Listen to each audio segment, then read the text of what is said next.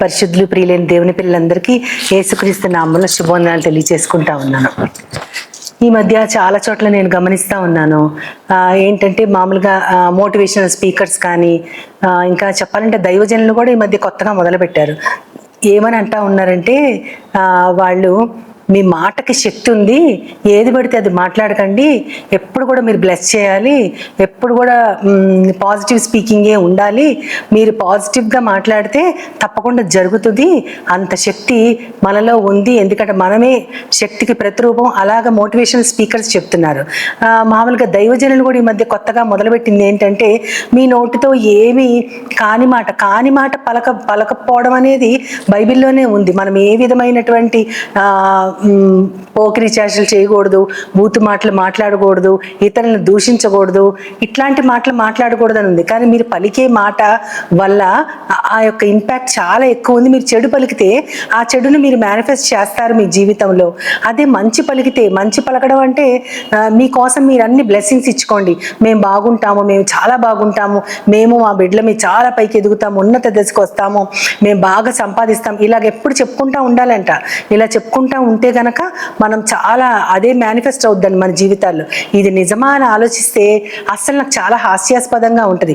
మన మాటలకు అంత శక్తి ఉంటే ప్రపంచం ఎప్పుడో నాశనం అయిపోయింది. ఎందుకంటే ఎక్కువ మంది ప్రజలు 80%, 80 కూడా కాదు, ఇంకా 100% చెప్పుకోవాలంటే 90 మంది, 100కి 90 మంది ఇతరుల యొక్క నాశనాన్ని కోరుకోవడము, నాకు ఇలా చేస్తాడో వాడు కూడా తప్పకుండా ఇంతకింత అనుభవిస్తాడని, లేకపోతే నన్ను అన్యాయం చేసిన వాళ్ళు తప్పకుండా మట్టి కొట్టుకుపోతారని, ఇలాంటి మాటలే అందరూ మాట్లాడుతూ ఉంటారు.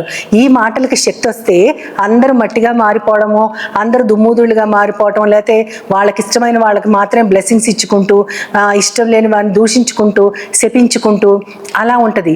బైబిల్లో ఒక మాట ఉంది, హేతువు లేని శాపము తగలదని. అంటే హేతు ఉండే శాపాలు ఉన్నాయి అన్నమాట.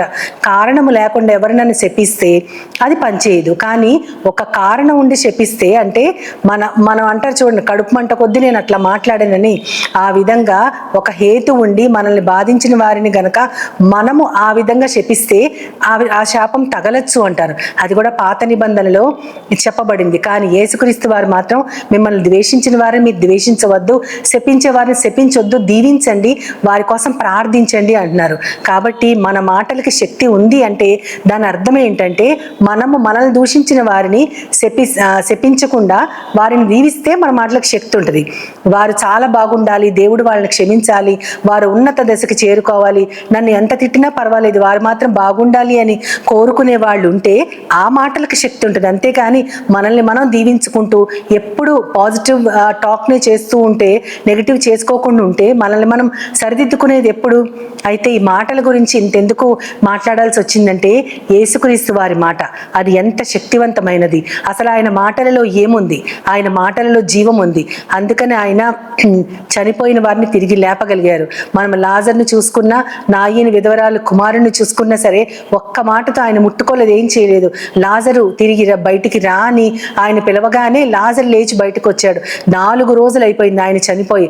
ఒక దైవజనుడు అది చాలా సరదాగా అన్నారు, కానీ చాలా నచ్చింది, చాలా అద్భుతంగా ఉంది.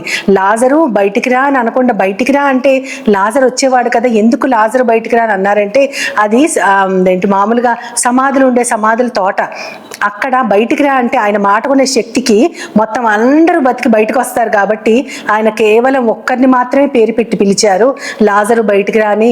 ఆయన సరదాగా అన్నా సరే నాకు చాలా నచ్చింది. నిజంగానే కదా, ఆయన మాటకి ఎంత శక్తి ఉందో అసలు.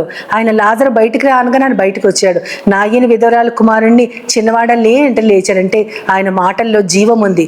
అది మనకి చాలా స్పష్టంగా తెలుస్తూ ఉంటుంది. ఎందుకు ఆయన మాటల్లో జీవం ఉంది? అసలు ఆయన ఎవరు అంటే, అదిలో వాక్యం ఉండెను, ఆ వాక్యం దేవుడై ఉండెను, ఆయన దేవునితో కూడా ఉండెను, ఆయనే మన మధ్య కృపాసత్య సంపూర్ణుడిగా బ్రతికారని మనకు ఉంటుంది, మనకి యోహాను సువార్తలో. కాబట్టి ఆయన దేవుడే, దేవునితో పాటు ఉండేటటువంటి ఆయన వాక్కు, ఆయన దేవుని నోట్లోంచి వచ్చిన ఒక వాక్యే యేసుక్రీస్తు వారు. కాబట్టి ఆయన మాటలకు అంత శక్తి ఉంది. ఆయన మాటలు ఆయన మాట్లాడుతున్నప్పుడు పరిసయ్యులు, సద్దూకలు, వీరందరూ కూడా శాస్త్రులు, వీరందరూ కూడా ఎంతో ఆశ్చర్యపోతూ ఉంటారు. ఎందుకంటే ఆయన అధికారం గల కల వాని వలె మాట్లాడుచుండెను అని ఉంటుంది.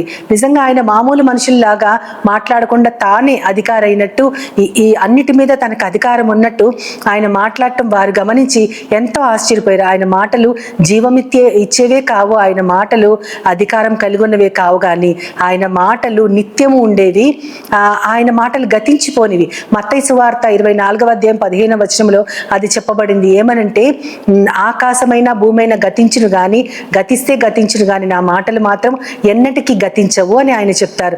గతించిపోని జీవము కలిగిన అధికారముతో కూడిన నిత్యమైన మాటలు ఆయన మాట్లాడుతూ ఉంటారు. ఆయన మాట్లాడిన మాటలు కొన్ని మనం చూస్తే గనక, ఆయన మొట్టమొదటి అద్భుతం యోహాను సువార్త 2వ అధ్యాయంలో ఆయన ఒక అద్భుతం చేస్తారు. నీటిని ద్రాక్షారసంగా కానా అనే ఊరిలో ఒక వివాహములో తన తల్లితో కొంతమంది శిష్యులతో ఆయన అక్కడికి వెళ్తారు.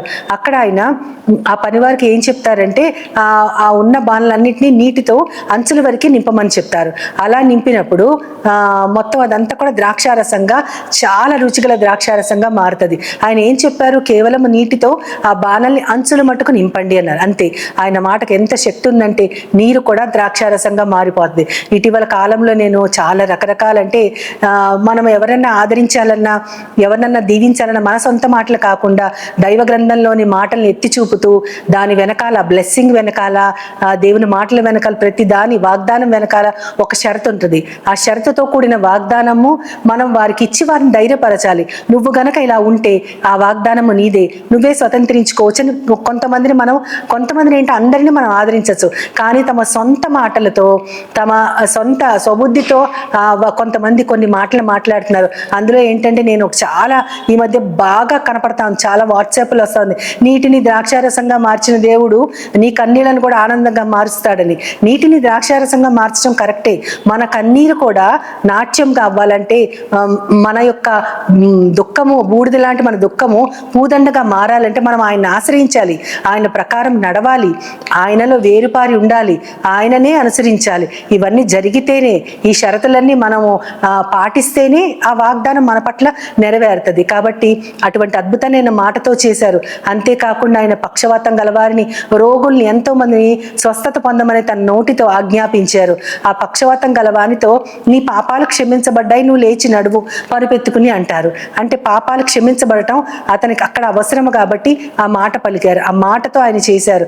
అంతేకాకుండా జీవనోపాధి కోసం చేపలు పట్టుకుంటూ వలలు వేస్తూ ఒక రాత్రంతా శ్రమపడిన ఒక్క చేప కూడా పడనటువంటి సిచ్యువేషన్లో ఉన్నటువంటి పేతురుని దేవుడు తన చూపించిన డైరెక్షన్లో వల వేయమన్నప్పుడు ఆయన ఎంతో విధేయత చూపించి వల పిగిలిపోయేటన్ని చేపల్ని ఆయన పొందాడు. అంటే అక్కడ ఆ జీవనోపాధి కోసం ఆ సమృద్ధిని గమనించి ఆయన ఆ చేపల్ని పట్టుకుని వెంటనే వాటిని అమ్మడానికి వెళ్ళిపోలేదు. అవి అక్కడ వదిలేసి, దేవా పాపినైనా నన్ను విడిచిపెట్టు, నేను పాపిని, నన్ను వదిలేయని ఆయన కాళ్ళ మీద పడ్డాడు. ఆ తర్వాత దేవుడు ఆయన్ని, నిన్ను మనుషులు పట్టే జాలరిగా చేస్తాను రమ్మని తీసుకెళ్ళిపోవడం కూడా జరుగుతూ ఉంటుంది. అక్కడ ఒక్క మాటతో ఆయన ఏం చెప్పారో కానీ చేపలన్నీ వచ్చి ఆ వలలో నిండిపోయేట్లు జరిగినాయి. అంతేకాకుండా ప్రకృతి మీద కూడా తనకు అధికారం ఉంది. ఇందాక మనం చూసుకున్నాం, అధికారంతో కూడిన మాటలు ఆయన మాట్లాడతారని. ప్రకృతి మీద కూడా ఆయన అధికారం చూపించి గాలి తుఫానును కూడా ఆయన గద్దించి నిమ్మళపరిచినట్లు మనం చూస్తాం. ఈ విధంగా మాటతో ఆయన ఎన్నో చేశారు.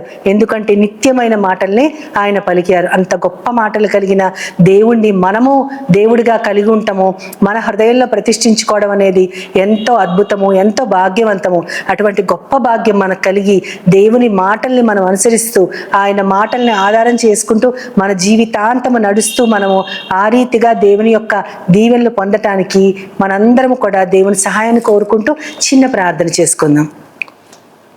ప్రేమ నమ్మకం గల నా ప్రియ పరలోకపు తండ్రి, నీ మాటలలో శక్తి ఉంది ప్రభా, నీ మాటలలో శాంతి సమాధానం ఉంది తండ్రి. నాయన, నీ మాటలే మాకు జీవాన్ని ఇస్తాయి. నీ మాటలు ఆజ్ఞాపిస్తుంది, ఏదైనా జరుగుతుంది ప్రభా. ఎందుకంటే సర్వ సృష్టికి కర్తవైన దేవుడివి ప్రభా. నీ యొక్క మాటకి అధికారం ఉందని కూడా మేము ఇప్పుడే మరోసారి గుర్తు చేసుకున్నాం తండ్రి. అధికారం కలిగిన నిత్యము జీవించే మాటలు, గతించిపోని మాటలు నీ దగ్గరున్నాయి ప్రభా. ఆ మాటలు చాలు కదా ప్రభా, నన్ను మమ్మల్ని అందరూ శుద్ధి అంగీకరించడానికి నీ మాటలు మేము పదే పదే ధ్యానిస్తే నీటి కాలువల యోరను నాటబడిన వారమై ఉంటాం తండ్రి. మేము ఆకు వాడకుండా మా కాలంలో ఫలమిచ్చే వృక్షాల వలె ఉండాలంటే నిత్యము ప్రవ్వా నీ యొక్క ధర్మశాస్త్రాన్ని ధ్యానిస్తూ ఉండటానికి నన్ను మమ్మల్ని అందరినీ నీ చేతులకు అప్పచెప్పుకుంటూ నీ ప్రియ కుమారుడు నా ప్రియ ప్రభువైన యేసుక్రీస్తు వారి ద్వారా కోరి ప్రార్థిస్తున్నాను పరమ తండ్రి. ఆమేన్, ఆమేన్, ఆమేన్. వందనాలు. As Jesus now, He's always near.